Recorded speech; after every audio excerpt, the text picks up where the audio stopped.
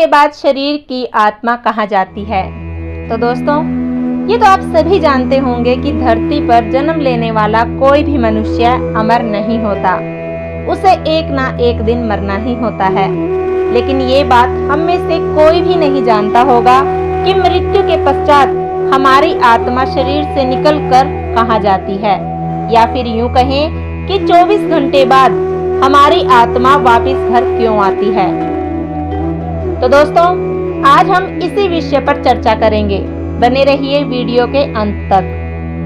जैसा कि हमने बताया कि मृत्यु के बाद आत्मा शरीर से निकलकर कहाँ जाती है। अगर आप इसके बारे में नहीं जानते तो हम आपको बता दें कि गरुड़ पुराण में इसके बारे में विस्तार से बताया गया है। गरुड़ पुराण में बताया गया है कि जब इंसान की मृत्यु हो जाती है तो यमराज के दूत उसकी आत्मा को अपने साथ यमलोक ले जाते हैं, जहां उसके कर्म, पाप और पुण्य का लेखा जोखा किया जाता है। और फिर यमराज के दूत उसकी आत्मा को 24 घंटे बाद उसके घर पर ही छोड़ जाते हैं। फिर वह आत्मा घर के लोगों के बीच भटकती रहती है।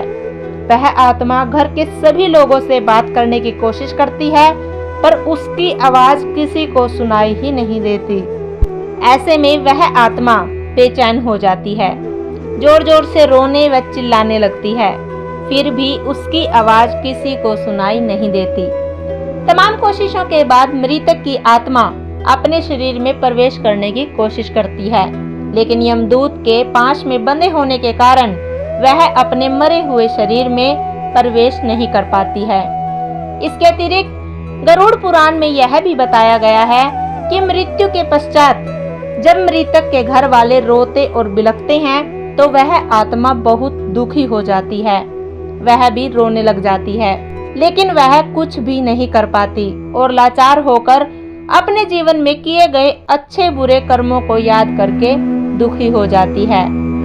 गरुड़ पुराण की माने तो जब यमदूत मरे हुए की आत्मा को उसके घर वालों के बीच छोड़ जाते हैं तो उसके बाद उस आत्मा में इतनी हिम्मत नहीं रहती कि वह यमलोक की यात्रा तय कर सके।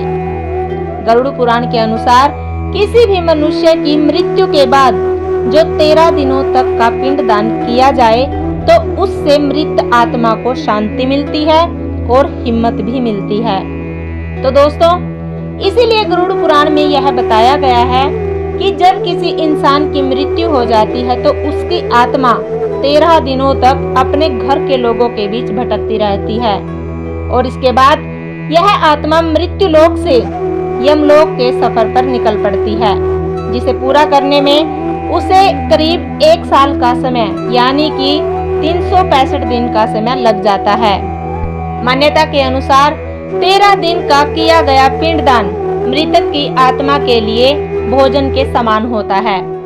अब आप ये जरूर सोच रहे होंगे कि मरे हुए की आत्मा का और पिंडदान का क्या तालमेल। तो हम आपको बता दें कि इसका उल्लेख भी गरुड़ पुराण में पूरे विस्तार से किया गया है, जिसके अनुसार मृतक का 13 दिन पिंडदान नहीं किया जाता तो यमदूत उसे घसीटते हुए यमलोक ले जाते हैं, जिसके चलते मरे हुए की आत्मा को काफी कष्ट उठाना पड़ता है। इसके अतिरिक्त अगर मृतक के घर वाले विधि पूर्वक 13 दिन का पिंडदान करते हैं तो मृतक की आत्मा को सफर करने में कोई कष्ट नहीं उठाना पड़ता। वह आत्मा हर मुश्किलों का सामना करते हुए यमलोक पहुंच जाती है।